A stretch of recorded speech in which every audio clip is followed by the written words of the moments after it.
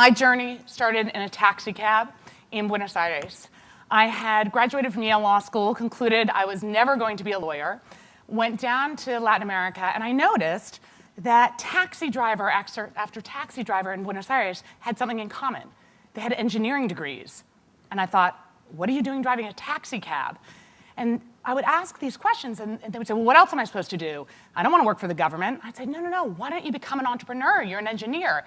And they would say, a what? And so I realized that there was no word in Spanish or in Portuguese for entrepreneur. So what I did was I started going around to universities and telling stories. This was the era of Netscape and Yahoo and Apple. And I tell the story of Steve Jobs and Steve Wozniak, and I tell it in Brazil and Argentina and Chile. And it didn't really resonate. I'd tell it in English and Spanish and Portuñol. And one day, a kid walked up to me from Argentina, and he said, you know, Linda, great story, but how does it relate to my life? I live in Latin America. No one is going to give me money to launch my crazy idea, and I don't even have a garage. So I set out to change that, and I found Peter Kellner, who was at Harvard Business School at the time, and I decided to create Endeavor to support high-impact entrepreneurs from emerging markets around the world. And we said, look, there's a gap. So there was private equity. We're going to the same 10 families in these markets. And there was microfinance that was helping if you wanted to create one job at a time.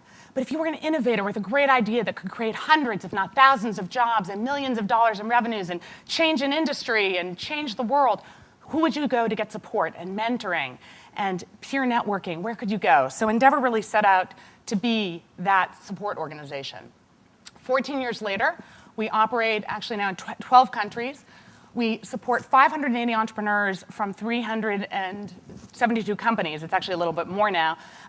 These have been screened from 24,000 entrepreneurs. So it's a very high bar to become an Endeavor entrepreneur. And as you see, they generate close to $4 billion in revenues now, over 150,000 jobs. And we now have a goal that within the next 10 years, every place where Endeavor is operating, our Endeavor entrepreneurs will be responsible for 1% GDP in these markets to prove that high-impact entrepreneurship matters. So Scott asked me, as he said, to tell some of my lessons. And what I really want to focus on are the subset of entrepreneurs that we found, about 20%, who fall into the creative industries. Because we find that some lessons of entrepreneurs apply across the board, but there are unique elements of being a high-impact entrepreneur in the creative field. So I really want to focus on some of these lessons and stories today. So first, this applies across the board. Are you crazy? How many of you were told you're crazy for starting your business? Well, that's good. I have a motto, which is, if you're not told you're crazy, you're not thinking big enough. Crazy is a compliment. And in fact, this was backed up by the New York Times, which said there's literally a term for entrepreneurs who are crazy. It's actually a disease that we all share in common. It's called hypomania. And so to which my response was, well, there's only one cure, which is venture capital. But I think that what this means is that we're people who set out to change the world. You follow your instincts. And if you're thinking big, people are going to think it's crazy because it's changing the status quo. And I noticed this myself because when we said we were starting Endeavor to support high-impact entrepreneurs in emerging markets, no one thought this was a good idea.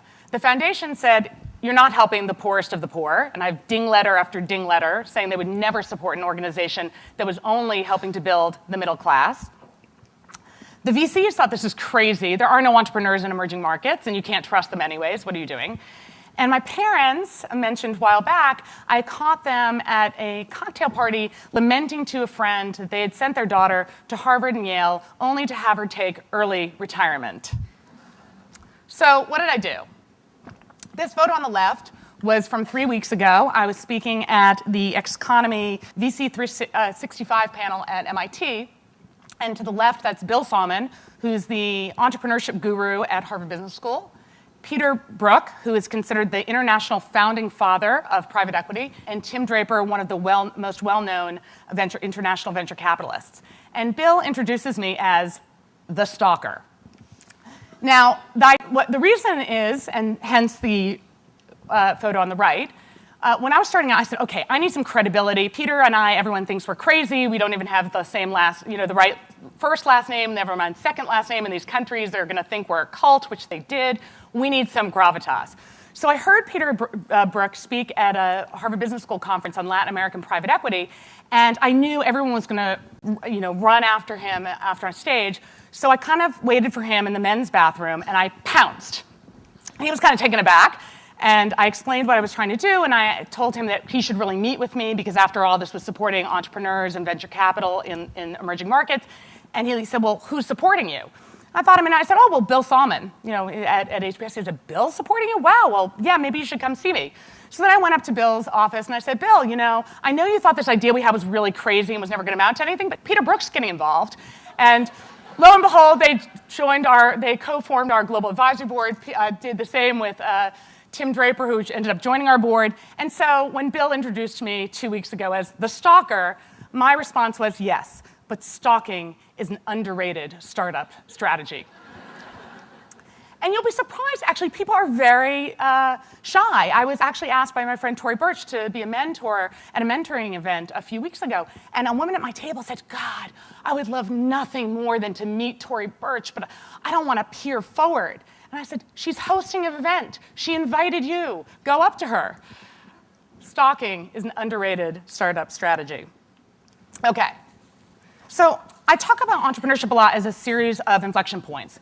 But I really think that another way of framing it is it's a series of hurdles. It never gets easier. And I think all of you, like myself, have had a time where you just cross one hurdle, you want to celebrate, and then you realize you're about to trip over the next one. So I want to ask, how many of you have had to fire anybody? Yeah. How many of you have worried that you might not be able to make payroll? How many of you have had to deliver bad news to investors or partners or family? Yeah, it never gets easier. And so I just want you to know what I do when I'm in my dark moments is, first of all, I think back to the Endeavor entrepreneurs who are operating in climates where, apart from the traditional obstacles for entrepreneurship, they have no tolerance of failure. There's been a lot of talk of failure. Failure is not an option. You are banned from your family in some places. In others, you can actually be jailed for bankrupting a company. So there's no failure. There's no mentorship.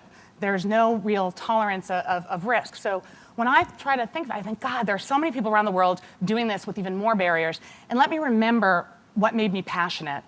So I think about what's passionate, and then I think back to Steve Jobs and remember that he was fired a year after the Mac. So it wasn't easy for him either. All right, so next, think big. So we see entrepreneurs, and they'll say, we want to start 10 franchises. We are at 1 now, but we think we can get to 10. And there'll always be someone at an Endeavor selection panel who will say, 10, why not 100? Challenge yourself to think as big as you can get. And the great story around this is Hiref. This is a brother-sister team. They make these beautiful design artifacts. They came through an Endeavor selection panel. And a lot of people said, you know what? They're these beautiful handicrafts, but they're so in love with their products. I just don't see it going global. I just don't see it going to scale. And so we actually rejected Ebru and Guvench, told them to go back, think through their strategy, and when they were ready to think big, Endeavor would go with them. So they did. 2 years later, they came back. They had 2 successful retail stores, multiple revenue streams, 3 distinct business units. So what we did is we put experts in franchising around them. We introduced them to the head of Amazon International. Today, their revenues have increased by 500%. Their margins have increased. And recently, they became the first non-EU company to sell their goods over Amazon. In the UK. But more importantly, they did this by staying true to their roots. They still employ over 200 local artisans. They didn't fall into the trap of mass production. And they still believe in their motto, which is design your culture. So going big doesn't mean abandoning your roots. Now, my favorite other think big example came a couple years ago. I received this great email from Alejandro Diego and his partner, Carlos Manuel Iturriaga. And they said, we just want to thank Endeavor for believing that 2 kids from Mexico City could one day grow up to win an Oscar. What they meant by this was they were starting the first post-production design company in Mexico. Everyone said, just go home. Maybe we have a few directors. We're never going to compete with post-production in Hollywood.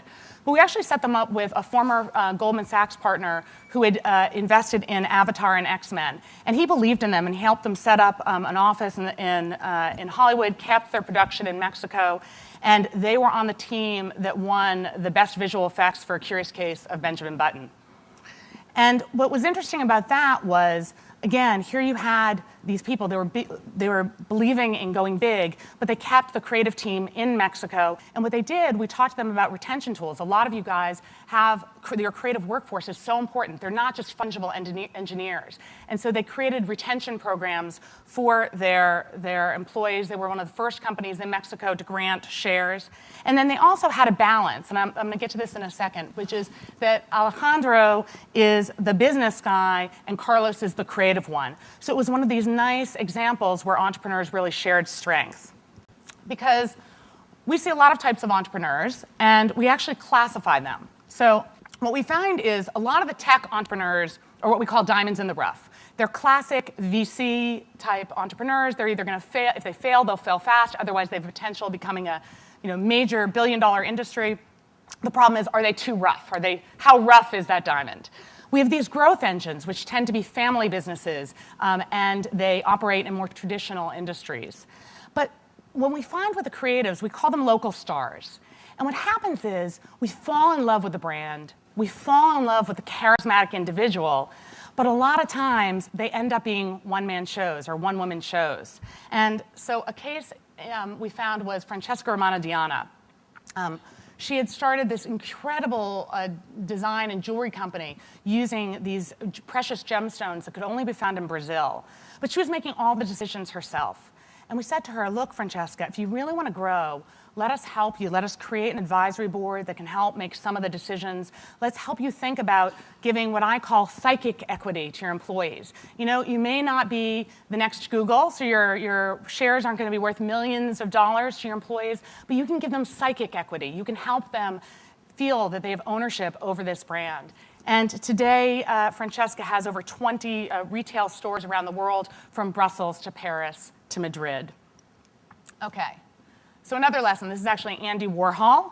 And we get a lot, how do you balance the artistic vision and the bottom line? How do you not lose your soul while also going to scale? So we had a company in Colombia, Dynamo, and they wanted to do two things. They wanted to be a film production company, and they wanted to have all of the creative screenwriting and distribution on the creative side, but they also wanted to create the first private equity film fund in Latin America. So what we did is we helped them actually separate the businesses. So they actually have Dynamo Capital, which is now the first PE fund for film financing in Latin America. And then they have Dynamo Productions, which is their creative wing. And luckily, the entrepreneurs actually split nicely. 2 are on more of the business side and left for the fund. 2 are on more of the creative side. And what it's done, and by the way, the creative side is now creating films that are financed by Dynamo, but by others as well. It's irrespective. And the Dynamo Capital doesn't have to just fund it. It can find other things to fund. So it was a nice sort of split. And the entrepreneurs felt they were having less tension because their roles were structured. So today, they've grown over 300%, and Contracorriente actually won the Sundance Film Festival in 2010. So at Endeavor, we talk a lot about mentorship. And I think that we always think about mentorship as being up or down. And I know that when entrepreneurs come into the network, they really want the best franchise expert or the best person to help them raise capital. And so we spent a lot of time creating advisory boards and thinking about people who've gone before them. But I think one of the things that's so great about conferences like the 99% is that peer mentorship, we find, really is as important, if not more so. Because when you have peers, they've been through it, they get it, you can share all your problems with them. And we had a case just recently of Karabish. These are guys in Jordan. This is Arabic for scribbles. And they're designing these viral animated cartoons over the internet. And we hooked them up with Rubicon, which is a large animation company in Jordan, actually now one of Jordan's most successful companies. And they're now sitting on the advisory board. And so the guys from Karabish were able to help value their intellectual property. They were to help negotiate investments and figure out, again, how to divide the different revenue streams. But even though we've given them some of the top mentors who are actually investors, they've found that Rubicon, they're talking to people who are peers, who've been through things more recently, are actually adding value in a much more hands-on way. So I hope that all of you, in addition to looking for mentors, will go out and find some peers where you can share your experiences, because we found that that's tremendously valuable. They just, by the way, signed a deal with YouTube for as a premium channel partner. Okay. So I love that this conference is about making things happen, because we also believe that the startups are not the hardest phase. It's taking things to scale. It's reaching that inflection point. It's going over those hurdles. That's what it takes to get to the next level. And so in Brazil, we started a campaign called Bota pra fazer, which means make it happen, although things always sound sexier in Portuguese. Bota pra fazer. This is Michael Dell, who shared his story in one of the clips, and two of our entrepreneurs from a company called Spoleto, the first fast food pasta chain in the country. We met them. They were two guys. It's $3 million. They talked even faster than I do. And today, it's a $200 million franchise. They have 3,500 employees. They've branched out. And they talked about how if they can do it, so can you. And that campaign reached 60 million people in Brazil. And within the next week, we had 7 million business plans. We don't take business plans, but we got 7 million people who said they had been inspired to become an entrepreneur because of hearing stories like this. But in the end, as you all know, it's about not just the idea, it is about making things happen. And the last thing I'll remind you of, it's never supposed to be easy. It's not easy being a pioneer. It's not easy creating something new, but it's not supposed to be. Because as a mentor once said to me, if it were easy, it would have been done before. Thank you.